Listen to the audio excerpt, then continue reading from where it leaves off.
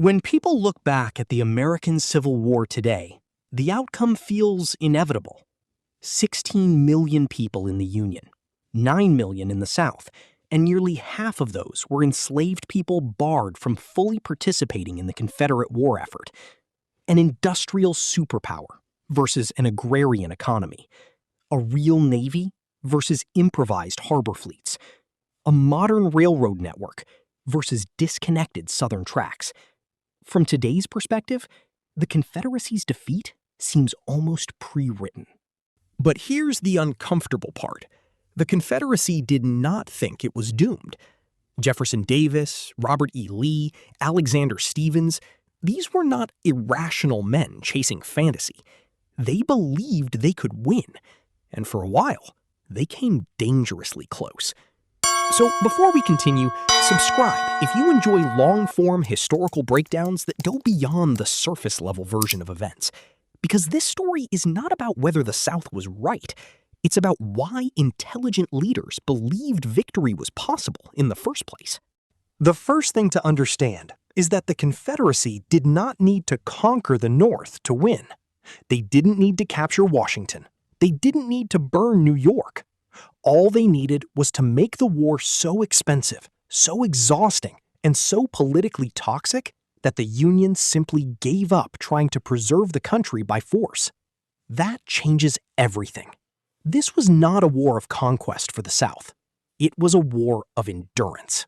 And historically, smaller powers had done this before. The American Revolution, Spain against Napoleon, guerrilla resistance across Europe. The pattern was simple. Survive long enough, bleed the stronger enemy slowly enough, and eventually the civilian population asks whether the war is worth continuing. Jefferson Davis understood this clearly. The South already controlled the territory it wanted. Union armies had to invade it, occupy it, and hold it. And defense is cheaper than offense. Historically, attacking armies often needed a 3-to-1 advantage to successfully assault prepared defensive positions. Every river crossing, every forest, every mile of Virginia mud favored the defender. On paper, the Confederacy believed this gave them a realistic path forward. Not easy, not quick, but possible. Then there was Europe, especially Britain. Southern leaders believed Britain's economy depended so heavily on Southern cotton that London would eventually be forced to intervene. This became known as the King Cotton Doctrine. The logic seemed airtight in 1861. British textile mills consumed enormous amounts of Southern cotton, and millions of British jobs depended on the industry surrounding it. The Confederacy assumed Britain would eventually recognize Southern independence to protect its economy. Some Southern politicians were so confident in this idea that they voluntarily restricted cotton exports, believing an artificial shortage would pressure Britain even faster. It was a massive miscalculation.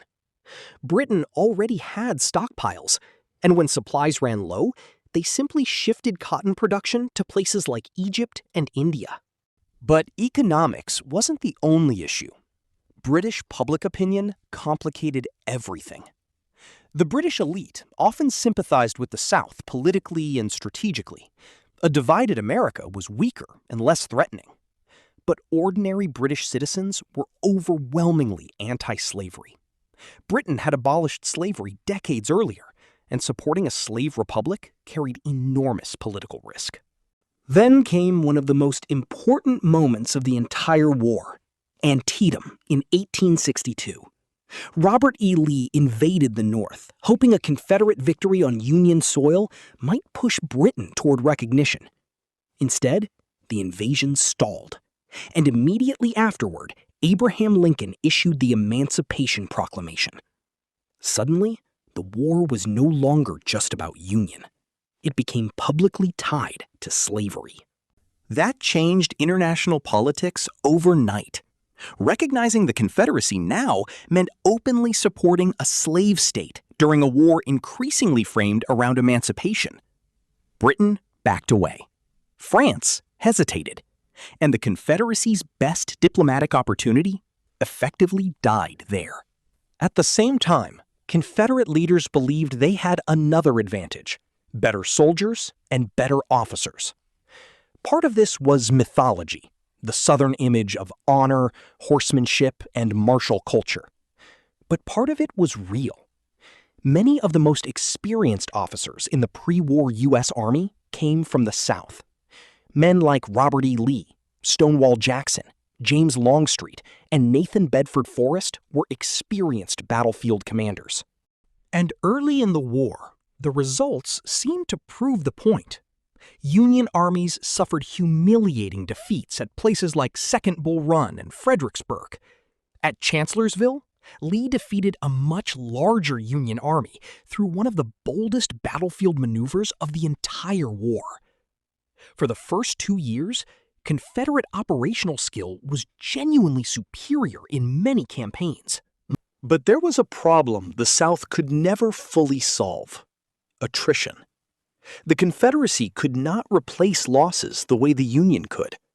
Every experienced officer killed was nearly irreplaceable. And when Stonewall Jackson died after Chancellorsville, the South lost one of its greatest battlefield commanders, permanently. Tactical brilliance could win battles, but it could not endlessly survive arithmetic. Meanwhile, Confederate leadership believed Northern political unity would eventually collapse under the pressure of casualties and conscription. And honestly, for a while, they were right. The North experienced massive anti-war protests. The New York draft riots turned into one of the deadliest urban uprisings in American history. Lincoln himself feared he might lose re-election in 1864. But the South was fracturing too. Poor white Southerners increasingly resented wealthy plantation owners who avoided military service through exemptions like the 20 Negro Law. Desertion exploded late in the war. Entire regions resisted Confederate conscription, and governors fought openly with Jefferson Davis over state authority and centralized power. That contradiction was devastating.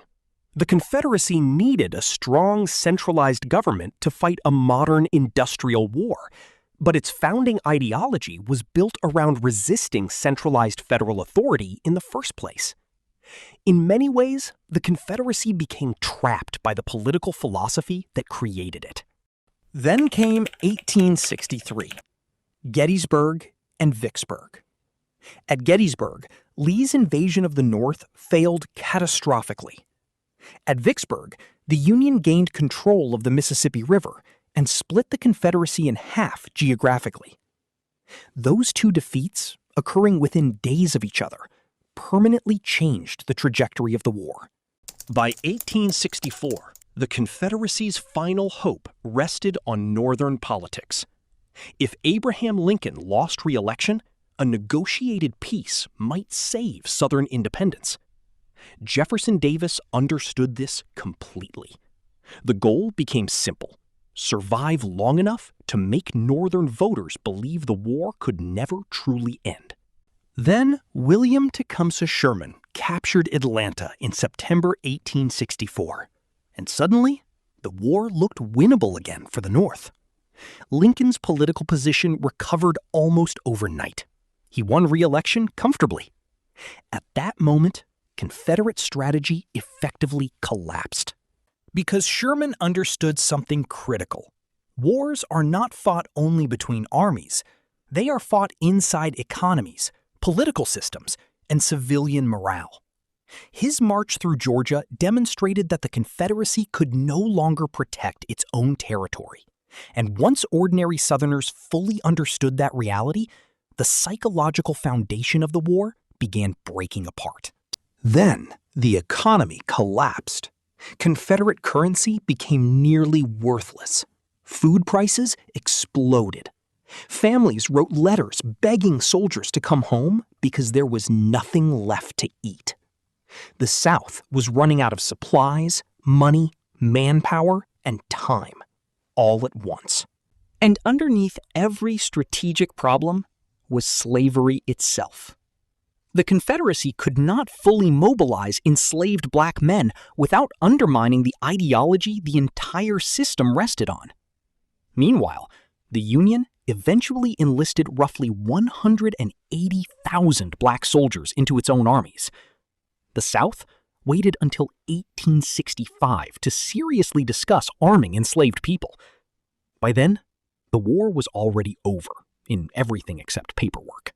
So no, the Confederacy was not irrational for believing it could win.